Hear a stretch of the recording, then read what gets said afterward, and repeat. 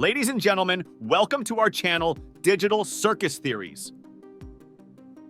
Here we dive into the world of mysteries, symbolism, and hidden meanings that permeate this amazing digital spectacle. Our theories are not just musings, but real cosmic shows where we uncover secrets that even Jax wouldn't dare to reveal. Don't miss the chance to be part of our digital journey. Subscribe, like, and share your theories in the comments. Welcome to the world of the digital circus, theory of personality.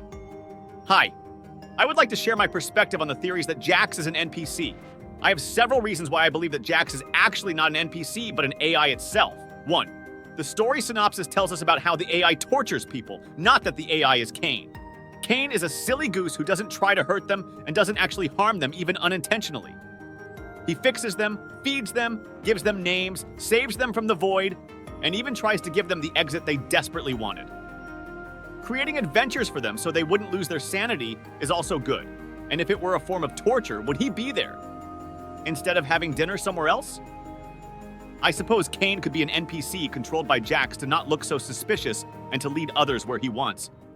This would explain Jax's fourth wall breaking and the physics breaking more than being an NPC. We haven't seen other NPCs do this, so why do we associate this with being an NPC? Another thing, what would an NPC gain from causing pain to others? What if the AI could somehow gain intelligence, power, or something else by abstracting from others? Maybe that's why Jax pushes others to madness, intimidates them. 2. Also, why don't we consider Zubul an NPC? She actively avoids adventures. Her entire design looks like a bunch of items put together, as if you're creating a character for the first time, said my partner, a video game developer. It would explain why her body parts act not as one but separately, as if the one who created her was still learning, implying she was there so long she went unnoticed. Her design is so out of place compared to the other characters. Also, the similarity to creators OC raises my suspicions. If this is true, and Kane is not an NPC as I mentioned earlier, they could still be AI. Jax just became smarter, more cunning, and perhaps more self-aware. Hence the name of the corporation, as is believed Kane and Abel, hinting that AI could be two. Maybe one embodies the good and the other the bad? 3. Let's talk about the merch. Pomni and Jax were the first plush toys to be made. I heard that it makes sense for them to make them with a simple design before making others, but why would they make Jax at the same time as Pomni and not wait until he came out along with others if he wasn't important? Personally, I don't think being an NPC is that important for the plot. And so what? But if he was secretly the big bad AI, it makes sense to mass-produce Pomni along with Jax at the same time. The background of the Jax pins, distorted and torn into the void, is also a big hint. Even Kane doesn't know what's in the void, so why would an NPC get there if even the Ringmaster can't? 4. Ideas from other media. The plot of Danganronpa 2 tells about criminals who are punished by being stuck in a simulation where they kill each other. I think this might actually be what the show is about. The creators of the torture device got stuck there themselves. And maybe the plot of Season 1 of The Good Place could also be a source of inspiration, where dead people are tortured in a place designed for them to torture each other, fixing the afterlife system later in the series to work well.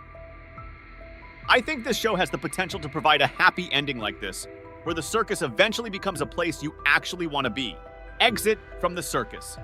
At the end of the first episode, the camera zooms out into the void, and from the void into the real world. Therefore, if you go far enough into the void, you will leave the circus and return to the real world. This theory makes a lot of sense, but in addition to it, I think Kane is actually the bad guy because he tries to keep Pomni away from the exits. And he has a radar that tells him when someone is in the void. Also, in the scene where the radar is shown, we see that there is an end to the void, where you presumably return to the real world. I made an observation and I have a theory. When, or around the same time Pomni appeared, Kaufmo became abstracted. We know that Kaufmo was a character based on a clown, and Pomni is also based on something similar, a jester. We also see in the hallway of rooms that there have been several characters who have already been abstracted, implied by the room of characters who never appeared in the show and have a cross on their photo. One of these pictures showed another character resembling a chess piece, similar to Kinger. My theory, based on these observations, is that two people based on the same thematic character cannot exist simultaneously in the digital circus without one becoming abstracted. Recently, I reread the book I Have No Mouth and I Must Scream, the inspiration for TADC, and started noticing a lot more things I never noticed before, namely that abstractions are based on Ted. Briefly, at the end of the book, AM, the evil computer, turns Ted into a jelly-like mass, unable to harm himself or others. Sounds familiar? Abstractions are also large masses into which people turn without mouths. Ted could also be the inspiration for big sticky monsters like the Gloink Queen or the Fudge Monster. Reading the book, I feel that Ted is most similar to Pomni. This probably means that Pomni's fate will be to be kept in a sticky, abstract mess by Kane until the end of time. Note that the two other chatterers are Benny and Gorister, who are similar to Kinger and Jax, respectively. This could mean that Kinger will eventually kill Jax. I think Ragatha's behavior makes sense. She said that Kane's adventures are something fun to keep from going mad, so she tries to have fun and not see them as a pointless waste of time. It seems that she tries to find meaning in everything and make everything significant. For example, they don't need to sleep, but she sees it as a way to take a break and follow a routine, because she seems to fear not knowing the meaning of anything, as she said in her monologue in episode 1. She seems to be afraid of the idea of abstraction, so it's understandable that she wouldn't indulge her own fears and instead would try to make this world real and fulfilling.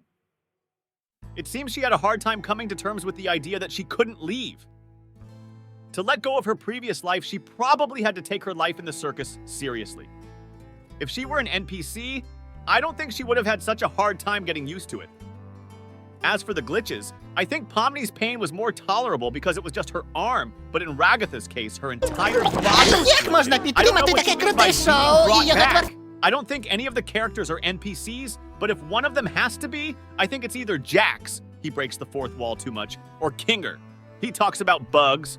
No one knows what he was like when he arrived, and it seems like his memory is constantly reset to a previous backup. Dear viewers, we have come to the end of today's episode on the Digital Circus Theories channel.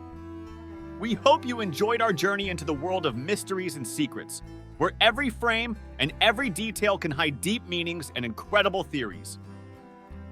Our reflections on the nature of the characters, their hidden motives, and secret intentions make each episode an exciting adventure.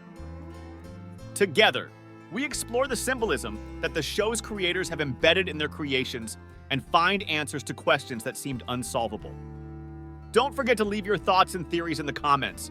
Your opinion is very important to us and can become the basis for new videos and discussions.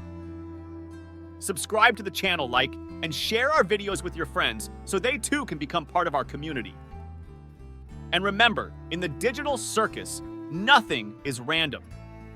Every element of this universe has meaning, and together, we will surely find all the hidden truths. Thank you for being with us. Until next time, dear viewers.